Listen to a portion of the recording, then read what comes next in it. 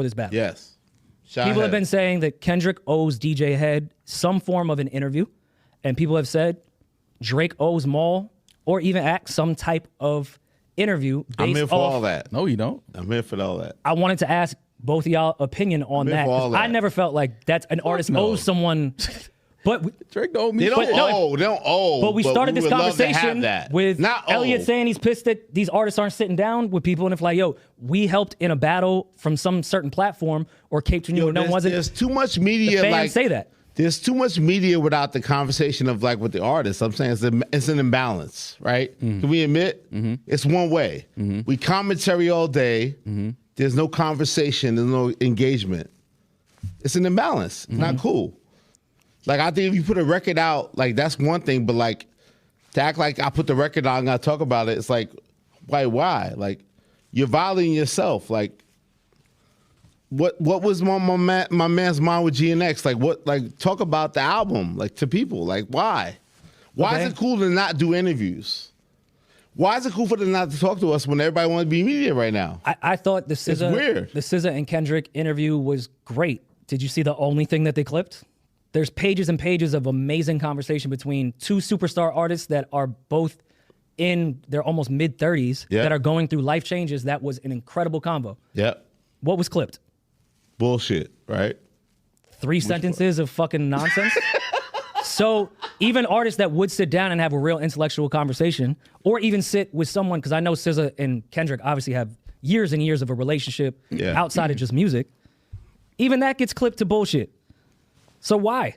I would point to me, like, I don't feel like it has been clipped that way with the Rap Radar with Jay-Z, Will Smith, Drake. Like, it's not been clipped that way. So, but again, that's my argument. Different times. Because I provided that. You're looking at 2016, and hip-hop now lives in 1 year is 5 years, or I could even argue 1 year is 10 years, the way things move. Absolutely. 2016 was a different time. And even with a lot of that 444 interview that is one of my favorites ever in podcasting. Thank you, brother. A lot of the bullshit was clipped, too. And then when he did when he did the New York Times and sat like this for 3 hours, which I have no idea how he did that, they clipped cheating rumors. He said amazing things in that New York Times article. It's always going to be clipped with the bullshit at this point. So I get the frustration of even artists that don't want to sit. Do I think it's odd that Drake did the Aiden Ross shit instead? Sure, but that's the time we're in now. Dream? Yeah, shit. I struggle. Should I complain about the artist or should I complain about the time? We don't even need to make it Drake specific. Should I complain about the audience and the era we're in? Or should I be mad at the artist for making the decision that's better for their career in the time that we're living in? At the time when XXL was popping, yeah, it made sense for an artist to go have a write-up from Elliott Wilson. They did what was right for their career.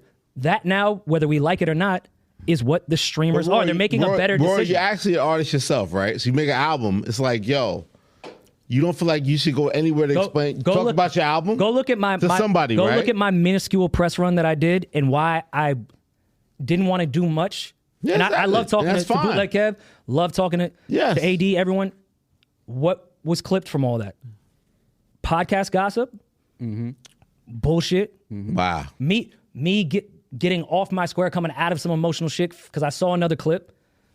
Nobody wanted to talk to me about my fucking R&B album. That's fair.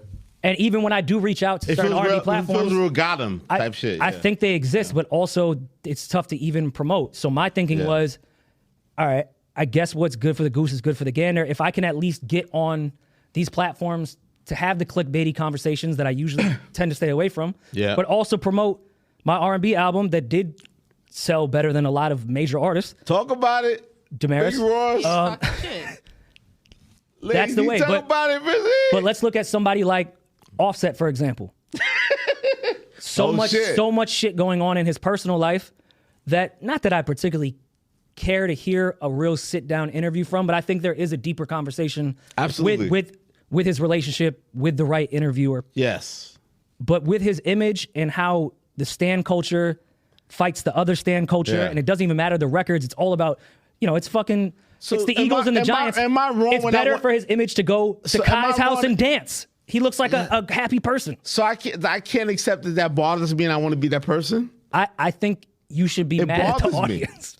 I'm mad, like, yo. Because if he went and... Me and Drake fell out. Like, my feelings are hurt. Like, I'm